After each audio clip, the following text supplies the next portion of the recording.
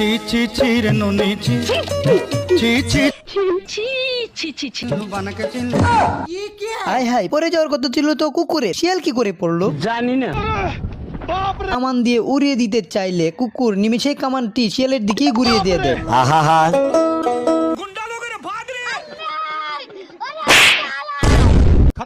কথায় আছে একবার না পারিলে দেখো শতবার, সেই চেষ্টাই শিয়াল করতেছিল।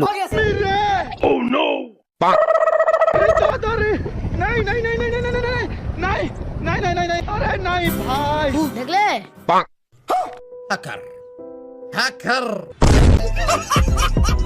শিয়াল বেড়াকে দেখে মনে মনে খুব লোভ হইতেছিল। কুকুরকে এখান থেকে সরিয়ে দেওয়ার জন্য শিয়াল বুদ্ধি করে ঘড়ির কাঁটা পাল্টে দিতেই কুকুর মনে করে এটা তার দুপুরে লাঞ্চের সময় হয়েছে।